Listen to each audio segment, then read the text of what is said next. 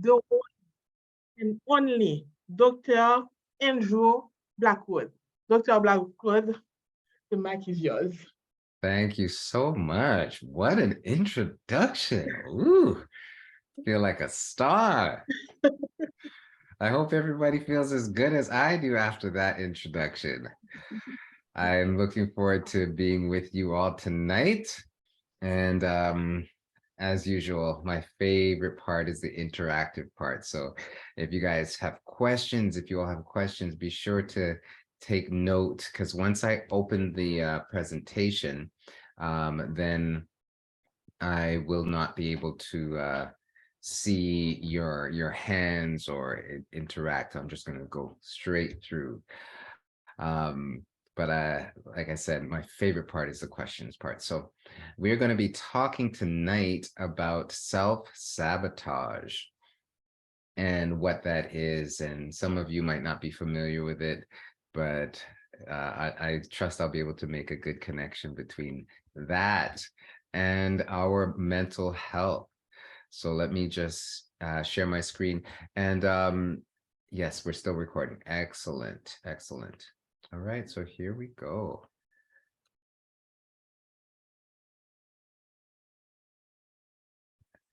Okay, the one thing I'm going to ask, okay. Okay, so let's play from the start. All right. So can everybody see my screen? If somebody could unmute and say yes, then we'll be good to go. Yes. Excellent, excellent, excellent, excellent. So I was on the highway driving, and I'm trying to stop my car. I'm trying to slow down because the sign says, you know, slow down ahead, construction and all this stuff. So I'm seeing the lights of other vehicles, and I'm stepping on my brake and my brakes, and my car won't slow down. I was in cruise control, and the cruise control would not disengage. This is a true story. My cruise control would not disengage, and I am going like 100 plus on the highway towards this burgundy minivan in front of me. And I swerve out of the way and onto the shoulder, and my car is just grinding against the median, and there goes my rear view mirror, there goes my handles, it's crunching out. It was horrible. And thankfully, obviously, I'm here, I'm alive by God's grace. I was fine. And you know what's interesting? Sometimes we can be like that in our lives. We are doing things that we know are not good for us, and we just can't stop. You know, we just can't stop. We find ourselves in patterns over and over and over, and look around and there's nobody else involved. Just like the accident, nobody else was involved, but I could not stop the car.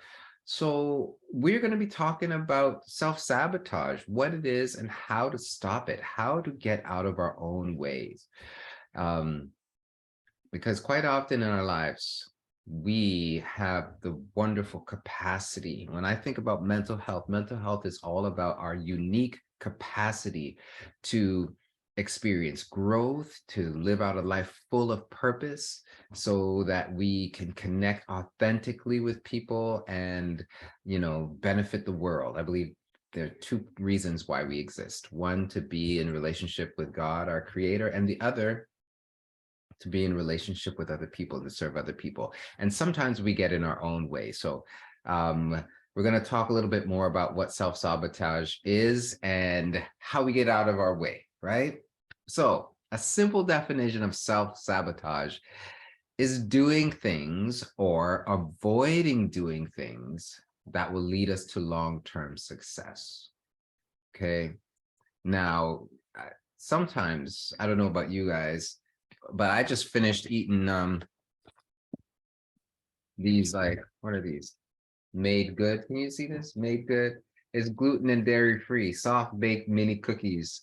And although it's like, you know, doesn't have gluten, doesn't have dairy, so I can eat it, it's probably not the healthiest thing for me, right? It's not the worst option, but it's not the best. I do it because it's convenient, right? And they taste good. But is it the best thing for me? No, no, it's not. I did have some carrots earlier, but I probably could have had some more carrots or something to snack on. The point I'm trying to make here is we all get in our own way sometimes. So it's important to realize when we're doing it so we can be intentional about this. So if you have goals about your health, your mental health, your emotional health, spiritual wellness, all these areas, we're going to talk about how to avoid doing certain things and how to stop avoiding doing certain things that will lead us to long-term success.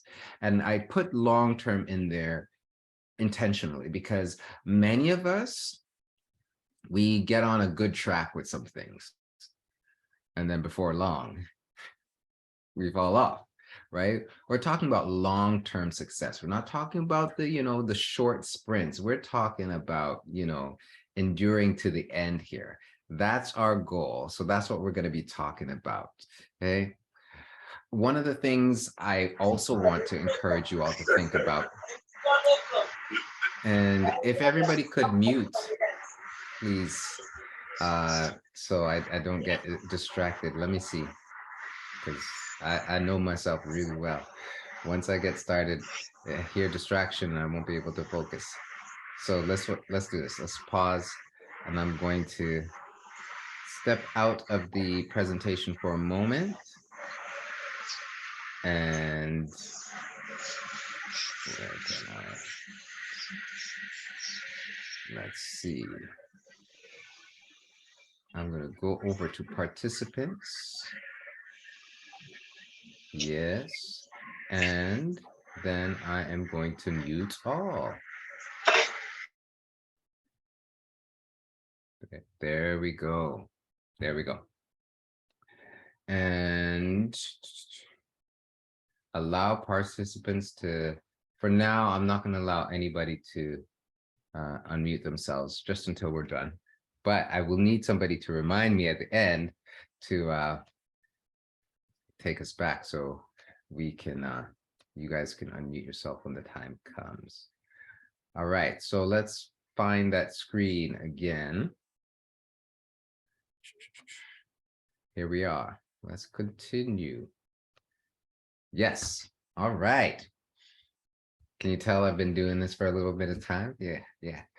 Okay, so quality of life spectrum. How does this relate to self-sabotage? This is one of the things that I think about when I talk about mental health and relationships. I love continuums because they really, I think, they're general enough for people to be able to relate to them, but I think they still hit home on some concepts that we can all appreciate.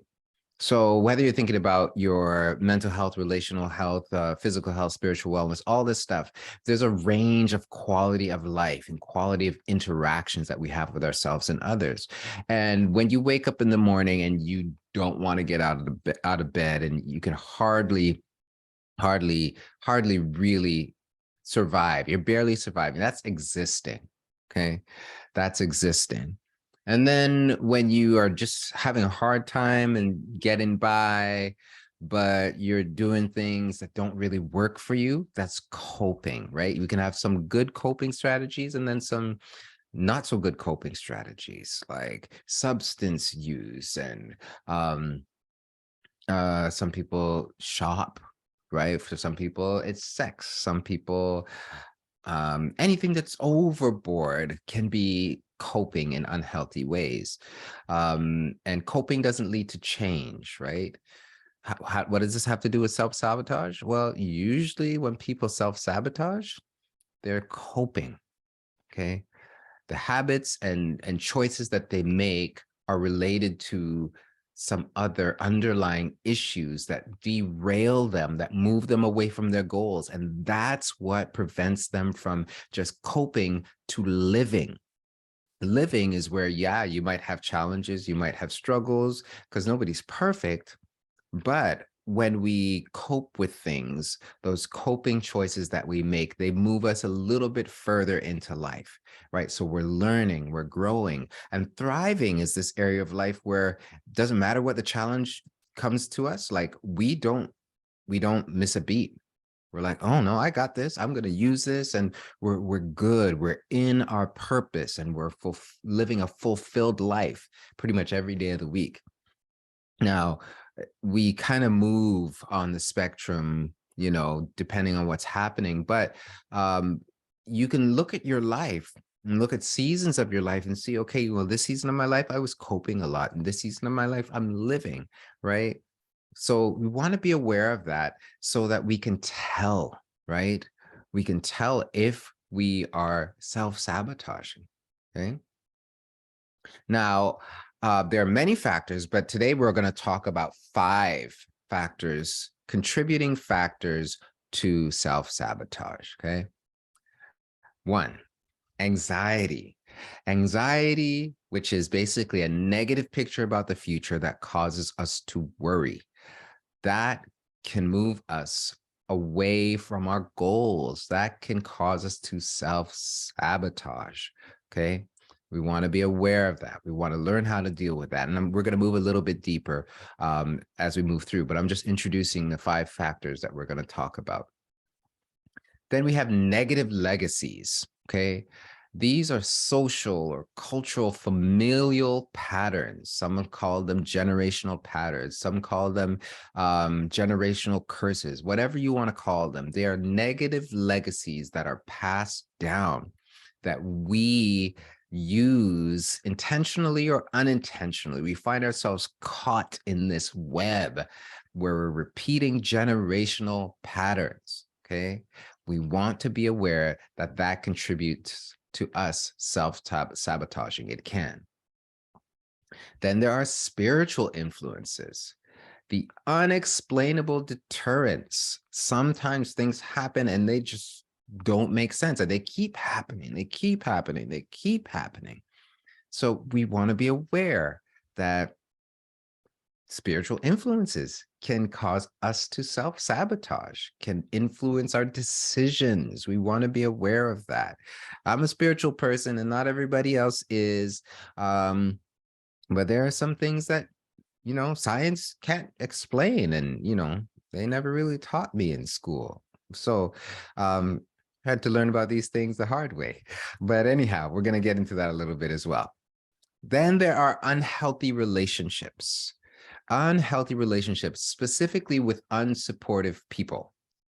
Okay, unsupportive people. And that doesn't mean that these are not necessarily loving people. Just because people love us doesn't mean they know how to love us well. Doesn't mean that they are in healthy and mature emotional states. So they can be trying to help us, but the impact is really not supportive. It's not helpful. So we want to be aware of that. Okay. And the last one we're going to cover is core beliefs. Core beliefs. These are the ideas we hold deep down inside of us that really inform everything that we choose to do. And again, sometimes our choices are made on a conscious level where we're fully aware of them, and then other times they're not, right? So we're going to dive into that, okay? So number 1, for each one of these topics, we're going to look at strategies and suggestions on how to do something different. So in opposition to the anxiety, worrying about the future, we want to work on being courageous and not being afraid to take chances in the direction of growth routinely. Okay. I added the word routinely there because, like I said before, we're talking about long-term success. It is not enough to do something once, twice, 3 times a year to expect change. That's not going to work. And a lot of the times we're afraid to invest in change because we're afraid to fail, right? When I talk about anxiety, I'm talking about a picture of the future that's negative, but I'm also aware that there are certain thought patterns that create anxiety. I have this online course, and it's called Conquering the Big 5. And everyone who I've met who really struggled with anxiety used many of these 5 thought patterns and weren't aware of it. One of them is future telling. Like, well, I know this is not going to work, right? I know this is not going to work. This is going to fail, or I'm going to fail, right? You don't know the future. You don't know the future. uh, unless somebody has a time machine, like they've seen it. Like, we don't know the future.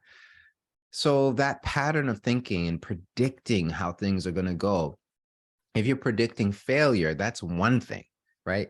Remind yourself, you can't know the future. But if failure is the issue, it's important to realize that failure is our friend.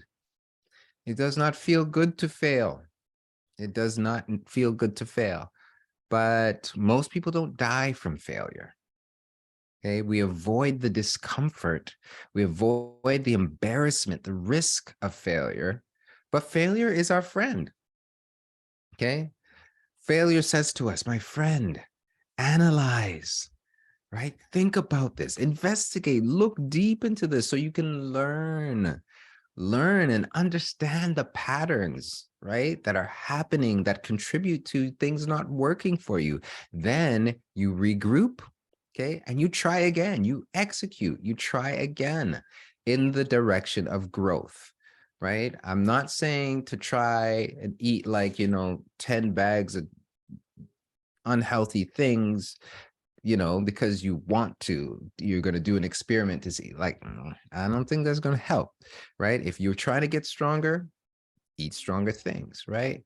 If you failed at doing it, consider, what are the reasons why I failed? Well, I didn't pack healthy snacks, or have all these healthy snacks, or, I buy these things for the kids and then I end up eating them. Think about it, right? So don't be afraid to take chances in the direction of growth routinely. Okay.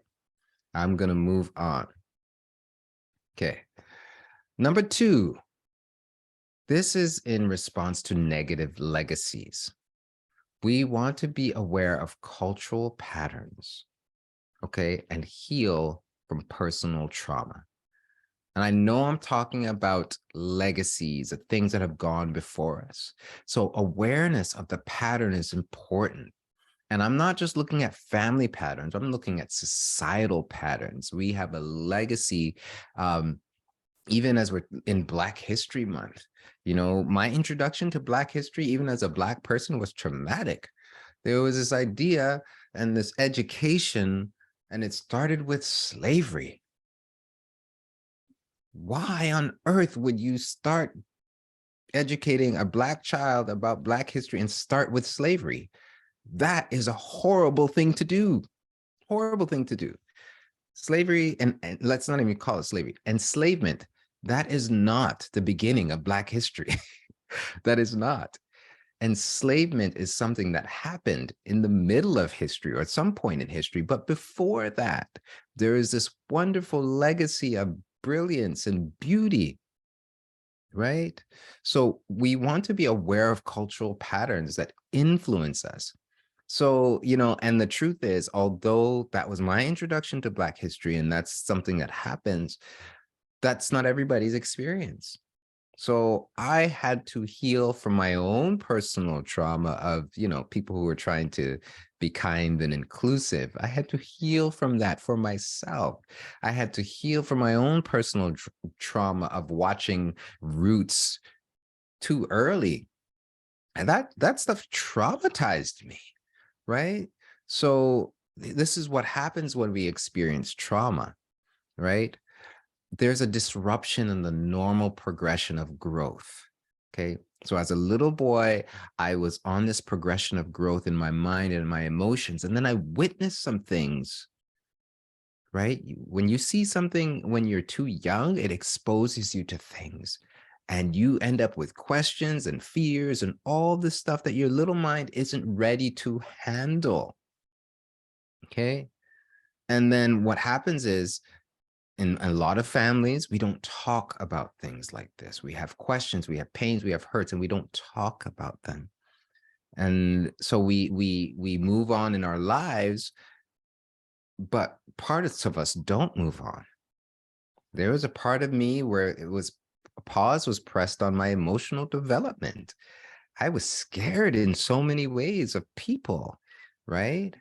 Because of the trauma that I witnessed on TV. I'm like, people can do that to people? Oh my God, I was scared because as a logical kid, I'm like, if that could happen to somebody else, that could happen to me. Right? What does it mean to be a Black person in this world? I felt so vulnerable and I bought into that, right? And sometimes it moves us to extremes.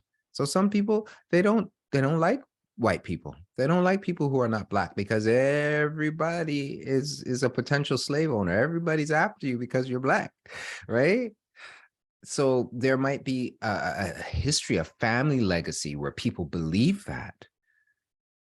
But it's important for us to heal from trauma, how it impacted us. And I know there's an experience of collective trauma, but the way to healing often happens on an individual level, right? It's like one cell gets healed, and then that cell starts to recreate and promote healthy life in other cells, right? So the same way sickness can be passed on, healing can be passed on. But we're not in control of other people's healing. We're not in control of our forefathers or the kids who come after us, the next generation. We're not in control of their healing, but we can impact it when we experience healing.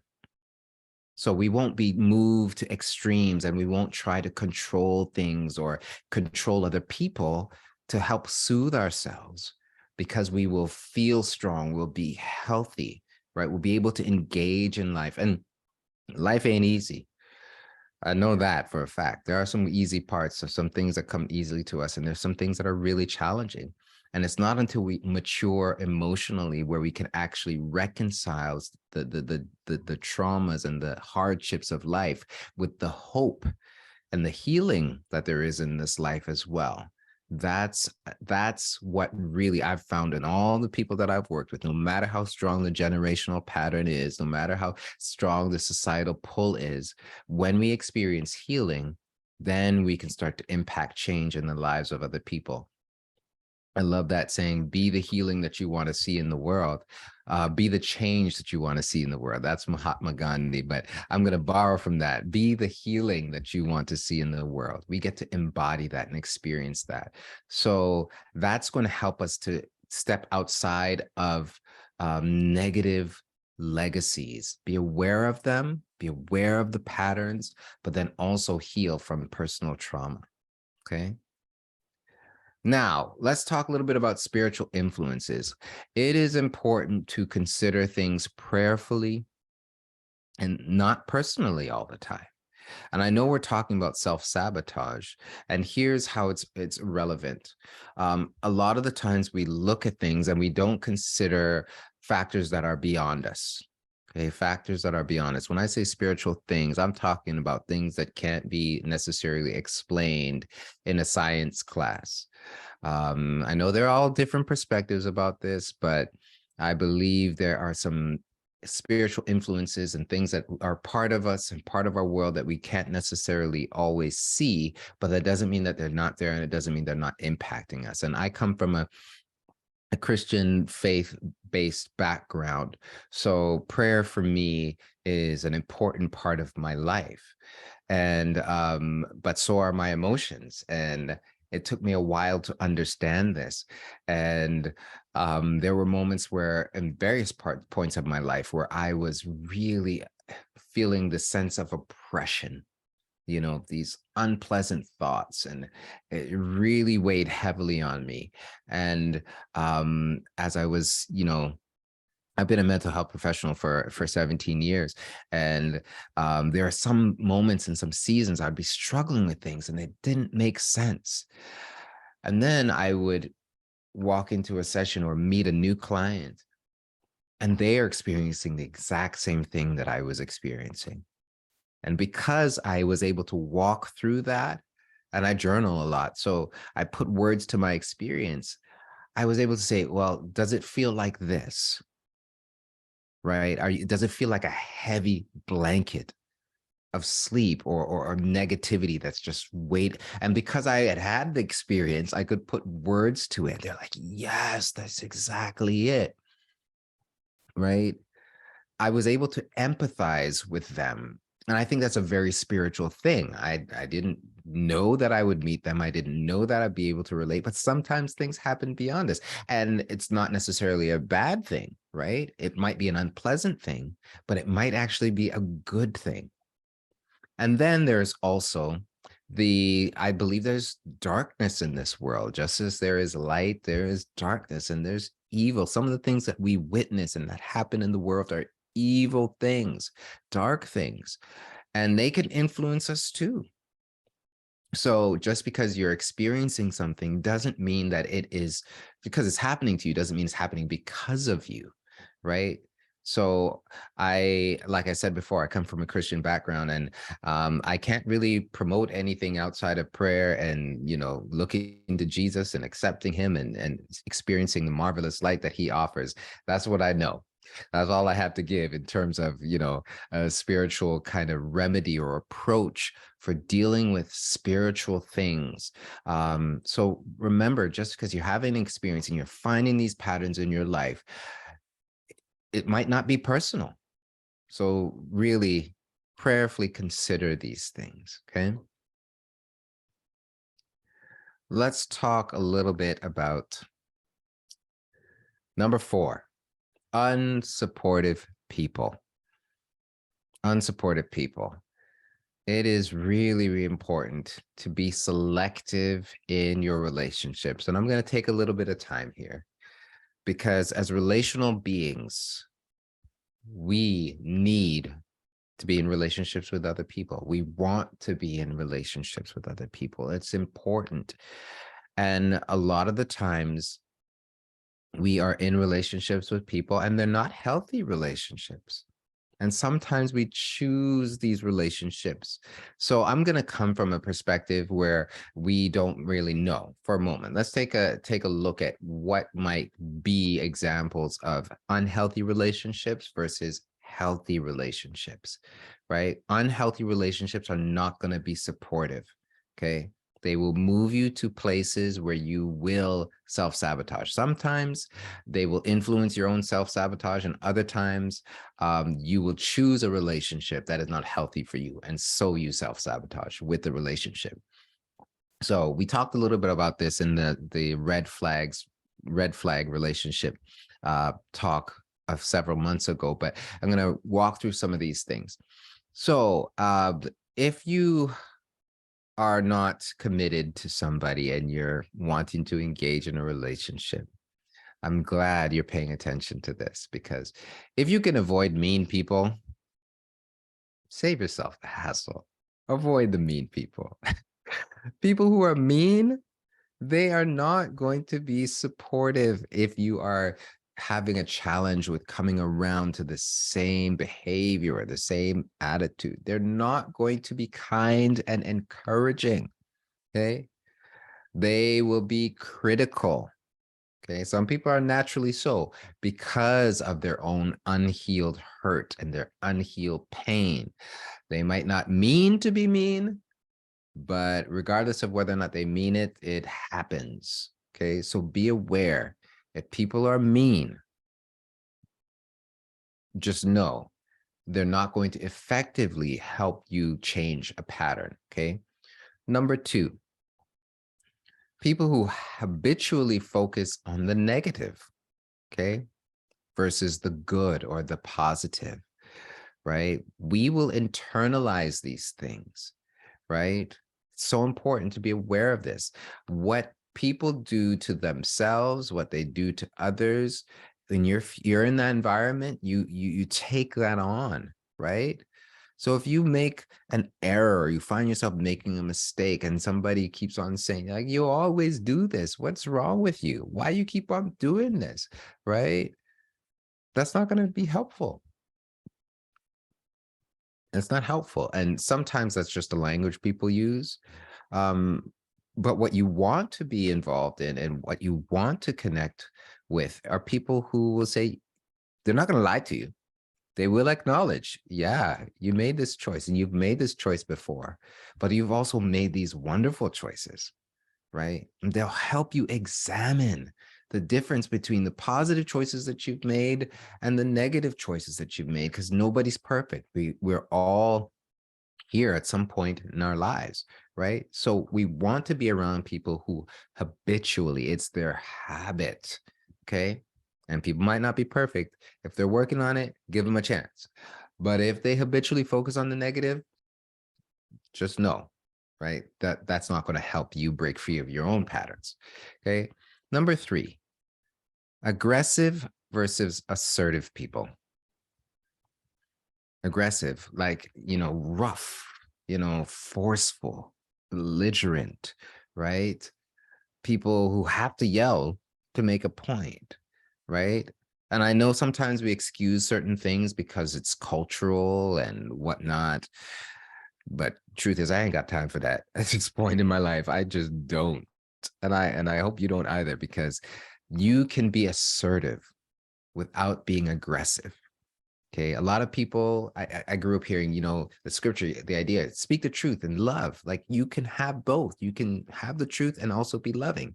You don't have to be mean or loud in order to get your point across, right? So assertiveness, there are certain healthy and healing communication principles that are woven into being assertive. You're going to be honest. You're going to be direct. Okay, people are not going to be talking about you behind your back, right? They're going to be transparent, right? That's assertive. They're going to tell you how they feel, right? But they're not going to blame you for everything, right? They're going to model healthy and healing communication, right? If you have more questions about this, by all means, write it down and we'll come to it a little bit later. Another thing to recognize is when people are controlling, okay, that's not going to help us versus allowing us to make our own choices. So even if they realize you're self-sabotaging and they're trying to control you to help you, good intentions don't always equal good outcomes, because then we rely on them to make the decisions for us. And we start to, again, come back to believe this idea that I can't do this on my own, which is self-sabotage, right? That's just an example. So it's not healthy when people are controlling. Let's talk about closed versus healthy openness. I talked about being transparent a moment ago.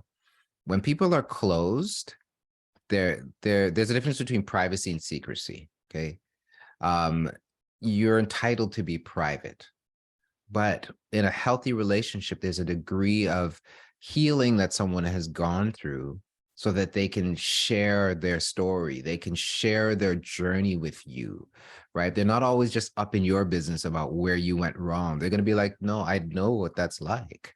I've made errors before, right? They don't necessarily need to tell you all the details, but there's a degree of humility about them. They don't think that they know everything. They've done everything right, right? They're going to ideally journey with you in a way that is transparent and evidence of healing, right? That's really important. Number 6 here, when it comes to being selective in relationships, you want to connect with people who are committed to growth, not people who are dependent.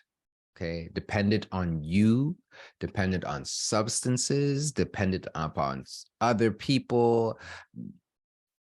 It's here's a hard truth. Nothing in this world is 100% consistent, right? When we rely on things to meet needs for us, my perspective, they're going to let us down. Okay. And this is part of the reason why we engage in unhealthy relationships. As relational beings, we need people. We need people. We have core needs. And I'm going to talk a little bit about them. But, even this picture where these kids are bullying and picking on this other kid, sometimes we're in situations where we can't save ourselves, but sometimes we go back. And we go back and we go back. And a lot of people don't understand why that is. And maybe this understanding of core needs might help. As relational beings, there are some things we desire. We're wired this way. We're wired to need to feel loved. We want to feel a part of something. That's what it means to be significant, to know that you belong somewhere, to some people, to some tribe, to some group, to something. When we don't have that, we feel alone and isolated and unsafe and unprotected and vulnerable and unloved and weak, right? We don't do well in environments like that. So we put up with stuff. We tolerate things because it's so uncomfortable to feel alone. It's so uncomfortable to feel scared and vulnerable. So we put up with stuff. It took me a long time to get to this place. But I now realize that even the best of people with the best of intentions, they will let you down. Not necessarily by intention, but even when somebody dies, it's a letdown, right? Because you depend on them for certain things. But this is a reality that we all come to, that we will experience loss. But there is, again, I come from a faith perspective. There's God meets our needs. I really believe that. He meets our needs in ways that no one else can. So when we get those needs filled up first, and then we go into relationships, already feeling significant. We go into relationships feeling strong, feeling a sense of safety that people can't take from us, that we'll be able to say, no, although it's familiar, that's not favorable. Although you're family, you're not being my friend. Like, we can say no when we don't have this deficit, right? Having these needs, it's by design.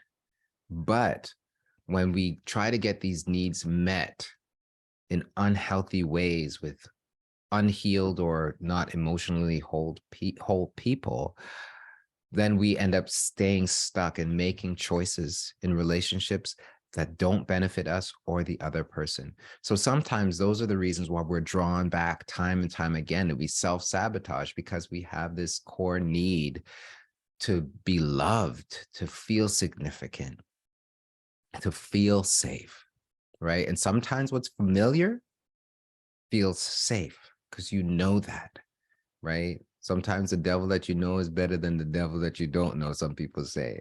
I don't like devils, period. So you can keep the devils. I'm going to leave all of that behind, right? We want to be aware of this, right? And some people, they're so familiar with negative beliefs and negative attitudes that they encourage them, right? So we want to be aware. Okay, we're going to move into number 5 now. And this one kind of ties all of these other ones together. We're talking about core beliefs. Okay. Core beliefs. Core beliefs are the silent conclusions, right, that we come to about life, right? They hold, right? They hold us, right? And we hold to them, right? They actually inform our choices and our lives. They shape our lives. A lot of the times we feel driven by our emotions. Like I was saying in that last, in connection to that last point, we might feel unsafe, right? So we stay in an unhealthy relationship, or, you know what, we stay in an abusive workplace, right? Excuse me, because we are so afraid. We feel afraid, but we don't realize that there are thoughts attached to that fear. Feeling afraid is often as a result of thinking about the future in a particular way, right? If I leave my job, I imagine that I'm not going to have something to provide for me. So I've got to stay here and endure the abuse, right?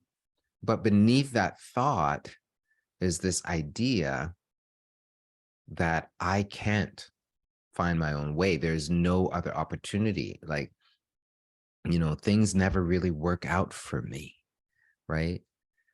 It's important to identify patterns, and we're talking about self-sabotage, patterns that happen over and over and over, and examine the beliefs that are attached to this habit, right? This habitual decision we make, right? We let ourselves down. We come back to this place. Oh my, why am I here again? Like, how did I get here again? Well, identify the pattern. Look at what was going on. It might have been years ago. It might have been different situations, but start by looking at the feeling. How did I feel in that situation? More often than not, there's strong fear there, right? The strong fear, whether it's fear of, falling apart, fear of, being taken advantage of, fear of not being able to cope. That's the emotion we look for. It's easier to identify the emotion than the thought, but we start with the emotion and then we say, okay, what was going through my mind at the time? What was I thinking? And I love journaling. I'm an advocate for journaling. You write it down. An emotion is a single or compound word. A thought is multiple words. It might be words about pictures. You write these things down. And what you're going to find is there are some beliefs, right? Core beliefs, they're generalizations, okay? Negative conclusions that we come to about ourselves, about others, about the world, about God, right? They use absolutes. One of the anxiety provoking thought patterns that I talk to people a lot about is all or nothing thinking. We use absolutes. I always, I can't, things will never change. God won't answer, right? People always let me down. If we hold these beliefs, whether we're aware of them or not, we will live and make decisions based on them. And sometimes they are triggered by these feelings. So it can work in both ways, right? Sometimes we remember things from the past, right? And they come up again. I believe one of the reasons why things come up again for us, it's actually good. So we can actually heal and grow through them, right? We can grieve. There is life after loss. We want to grieve things, not just when people die. We can grieve seasons. We can grieve experiences. We grieve losses. And then we learn to tolerate this feeling that we usually try to avoid and we cope with, which brings us back full circle to what we talked about, the quality of life. We don't change unless we change what we believe. A lot of people want to feel better, but they don't realize in order to feel better in a healthy way, in a long-term way, it's important for you to think better. We don't change our thoughts unless we examine them. Okay. So I know I know I'm throwing a lot out there. I kind of walked you through steps to deal with trauma and core beliefs and all this stuff. These are steps that I've used. These are steps that I've helped people use. It's important to understand this process so that we can walk through them for ourselves as well as for the people that we care about. And I'm not talking about becoming a therapist for people in your life or coaching everybody. It's important to know what our role is in people's lives. But I think for so long we've undervalued the opportunities that we have to understand ourselves, to help ourselves, and to be helpful with other people. So identifying patterns and examining our beliefs are really, really important. Okay. All right. So we've come to the end of these things. So I'll do a brief summary again. What we're really talking about is understanding what self-sabotage is, how it works, and how we can make change. I've only gone through 5 factors. There are probably many more, but anxiety, a negative picture of the future that can cause us to use certain thought patterns and avoid certain things. So make decisions that move you in the direction of growth routinely. Make it a habit to grow. Number two, negative legacies. They can be communicated and promoted in society and in our families for generations. A friend of mine was talking about, the fact that he grew up with his grandfather who was an alcoholic, who drank and drank and drank. And the reality is he was dealing with the loss of his son, but not dealing with it. He never dealt with it. And what happened was he never dealt with it. So he was never able to talk to his grandson about it.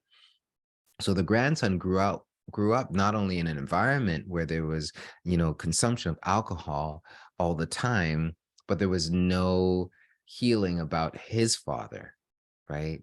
He didn't know his father. There was this absence and there was this aching. And what did he do? Right? You can see how the generational pattern kind of continued, coped with those unpleasant emotions. We don't want to cope. We want to move towards change by healing our own trauma, right? Get the support that you need in order to grow. Then there are spiritual influences, right?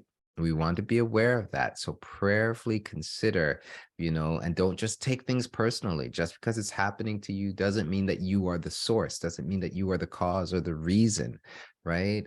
Doesn't mean it's bad. Unpleasant things can happen and they actually will work for our good and they'll actually help us to help others. I'm in the helping field. Like I didn't come here without, experiencing challenges myself. And that helps me to help others. And that's a spiritual thing. I believe we are spiritual people. There's purpose, there's calling. It's important to be aware of that. And then number 4, unsupported people. We want to be intentional about selecting people who are moving in a direction that will help us grow, right? That will inspire us, that will encourage us, that will be kind and supportive and loving, right? Who will help us and will sit with us. There are people like that in the world, right? So we want to look for that. And then their core beliefs. They lie beneath the surface of what we are aware of and what we feel. But it's important to learn how to tolerate those emotions so we can examine those beliefs, write down the patterns, right? Look at this. When this happened when I was 7, this happened when I was 14, this happened every 7 years, this kind of thing happens, right? There are patterns in our lives. It's important to reflect what's going on beneath the surface. And that's how we move away from self-sabotage. All right. So we're going to go into a time of questions. I am so here for this. My favorite part. So what we can do is you're welcome to unmute or you can raise your hand. You can raise your hand and let me know what your question is. You can throw it in the chat. I can see the chat now. That can work as well. You can, if you don't want to ask your question publicly, you can put it in the chat to me anonymously or privately so other people can't see. Any questions? One of the common questions that I get around, generational patterns is, can we actually change it? And can you help me to do this? And the answer is yes. The answer is yes. Generational patterns, they are not things that are set in stone. They actually happen and they're translated through relationships, which is why I'm excited about communication. Communication is not just about the words you say, right? You can say a lot of things with your face and not said a word, right? Communication isn't just verbal, it's nonverbal, it is relational, right? Sometimes, you don't want people in your personal space, so you distance yourself. Proximity wise, that's communication too. But most importantly, the thoughts that you think before you say a word, that's communication.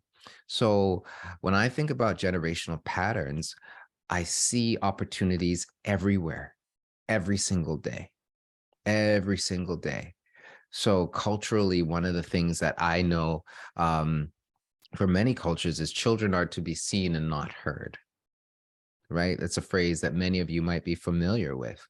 And while it might create a boundary to help children realize, okay, just because you are present doesn't mean you're invited to into an adult conversation. But at the same time, it reinforces this idea that you are less than, you're not as important, or I'm not available to entertain what it is that you're thinking, you're feeling, right? And all sorts of unpleasant and harmful things come from that. Children, they get abused. Okay. And it's encouraged to stay silent because another adult or someone older has said, shh, don't say anything. Right. But when children understand their voice is welcome, your voice is welcome. I am a safe place. We can do this every day. And it doesn't just have to be with our children, right? We see children, they look down, we inquire, right? We talk to them. One of the simplest things that I do that changes that pattern is just like I do for myself, I label my emotions. I call it listening with love. You listen with your eyes. You look at someone, you say, you look a little down. Am I seeing that right? What's going on for you? That simple invitation changes a generational pattern. And we do it in degrees. It doesn't happen overnight. It doesn't happen all at one time, but it's that consistent changing. I call it the family emotional thermostat. You grow up in an environment where people don't talk about stuff. That's like the temperature. That's what's normal, right? That's what's familiar. So we don't talk about stuff. We just pass that down. But we change it by 1 degree. We start talking about things, talk about the good things, talk about the uncomfortable things, talk about the unpleasant, the bad, the negative. We talk about it all. And each time we do, we're changing that degree, 1 degree at a time, until there's a new normal now, right? It's not about perfection. It's about consistency. There's a difference, right? And that's how we change generational patterns. So, are there any questions?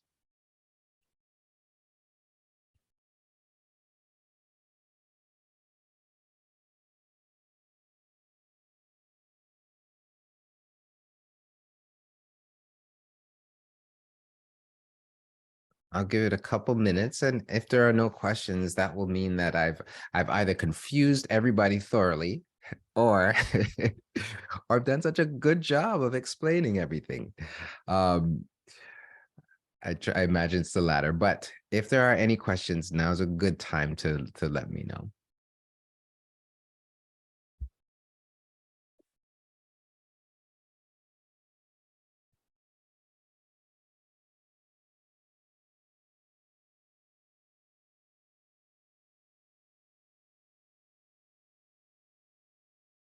Oh, okay. Thank you for the reminder.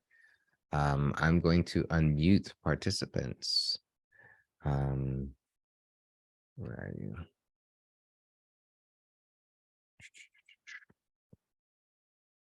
Okay.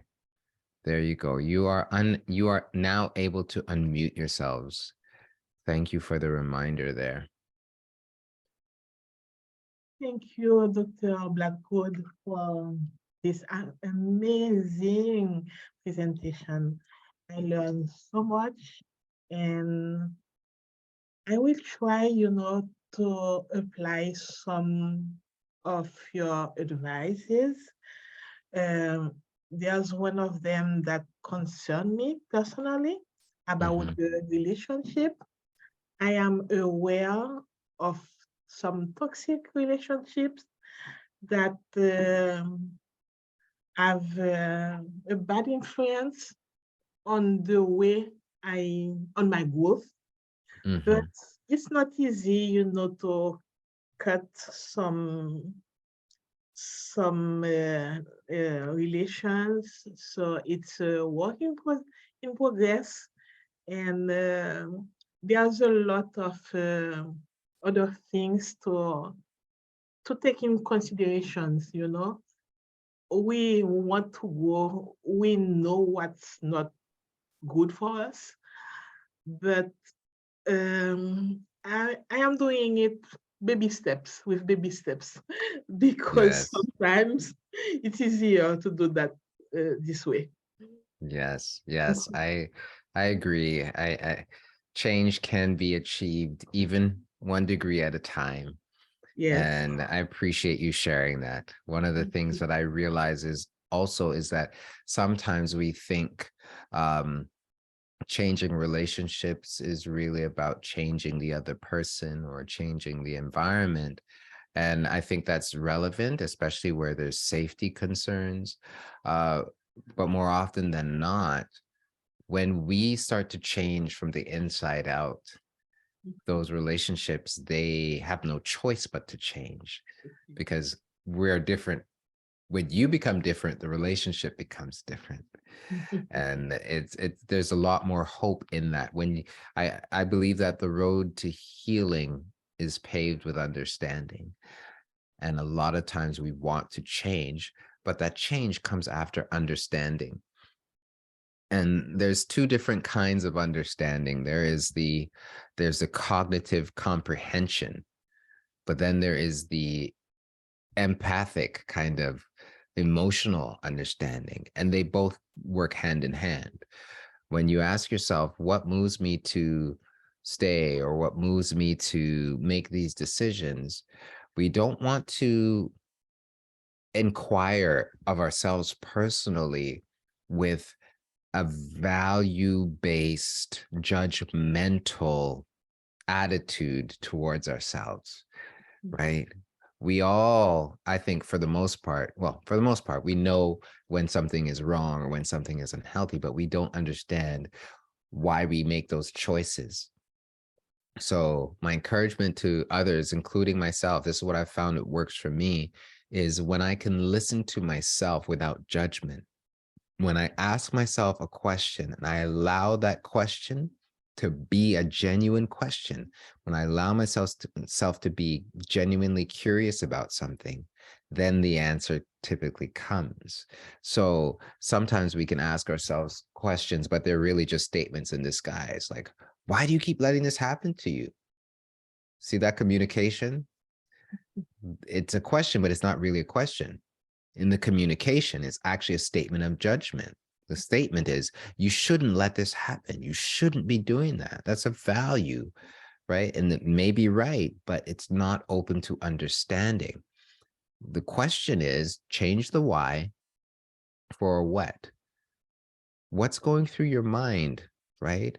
Or how? How do you come to this decision? How is this decision actually helping you? Because on some level it is. So what can you do different? When we start to ask different questions, it opens us up to be genuinely curious and not judgmental. And that's where the healing comes. It comes with that understanding. When you have that aha moment, you're like, ah, I get it. I get it. When we understand ourselves, then we can move forward differently. We have much more success. So thank you for being so transparent. And yeah, I appreciate that.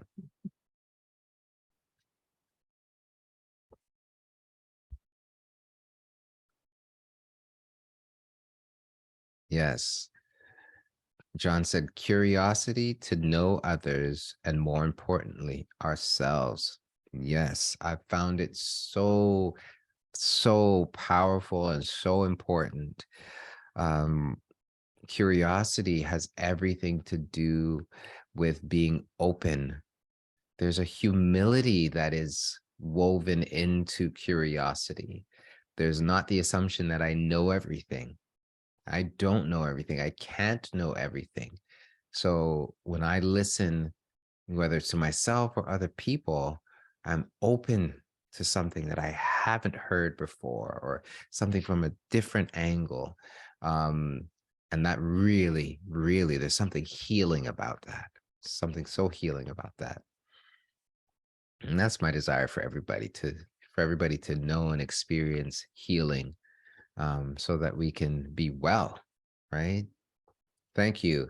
Um, so there might not be any questions, but any comments? before we wrap up?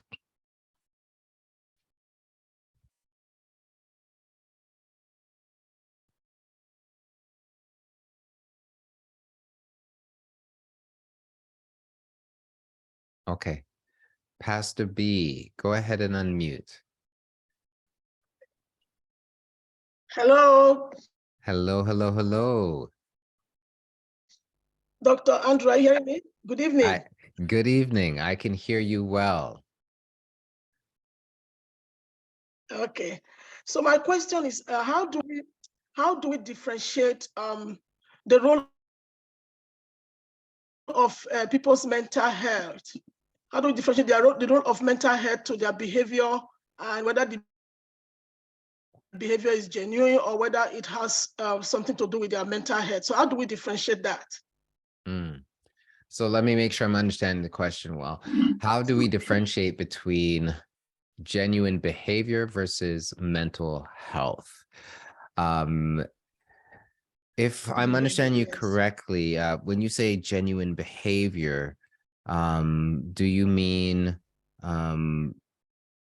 is this something that the person is doing intentionally versus Maybe this let me is just say exactly.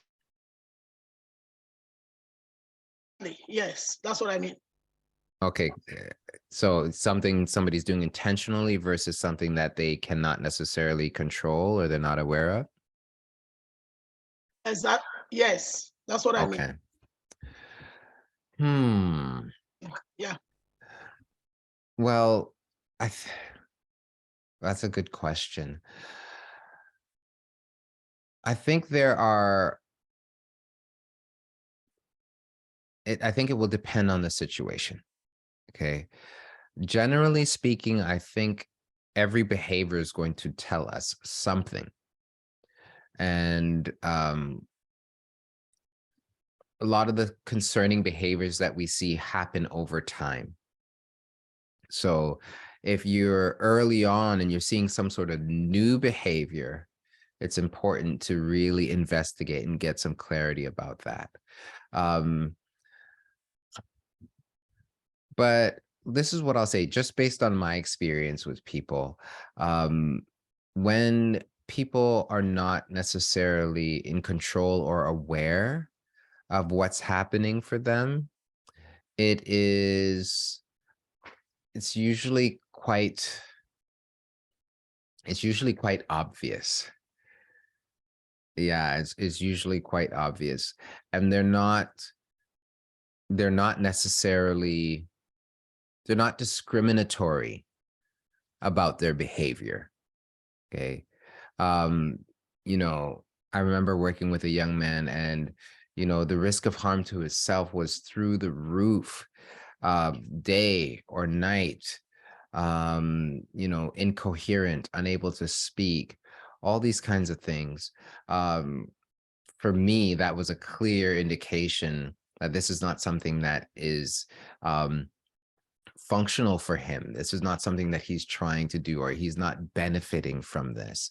It's still an expression of an experience, but not one that's necessarily formed with intention.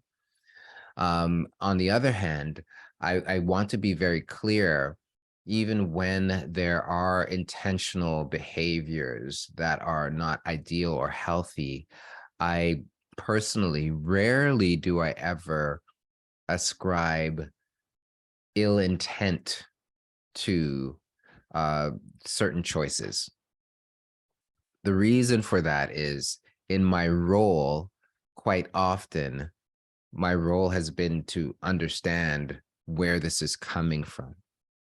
Now, as I work with parents, I do think it's really important that we have boundaries and we set limits and we can assess the level of risk when we're engaging with people. So if there's high risk to harm for them or other people, that's not necessarily the time to take a soft, approach where we're demonstrating a lot of uh empathy necessarily. We want to make sure that everybody is safe. right? That said, I think it's really important to look at the sequence of events and the process of development of these concerns.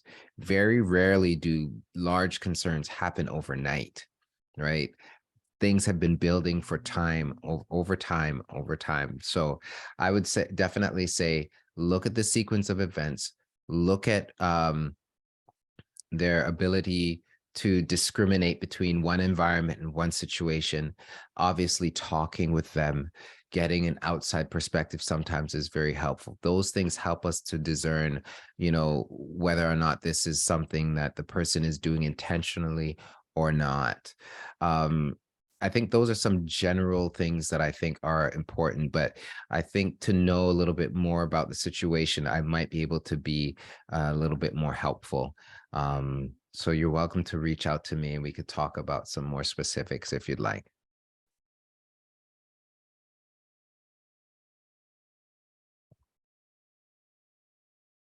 Are there any more questions?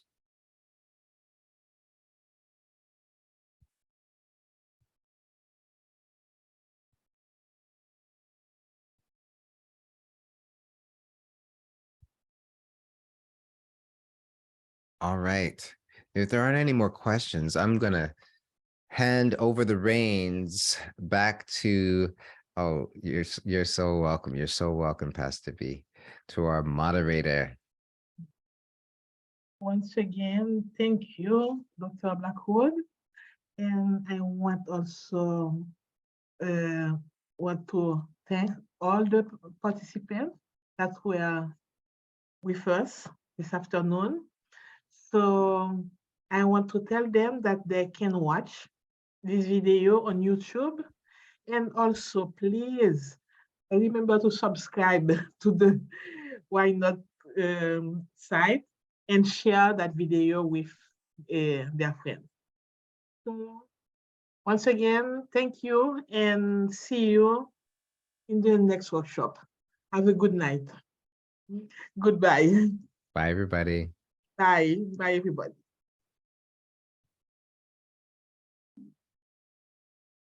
Bye, everyone. Have a good night.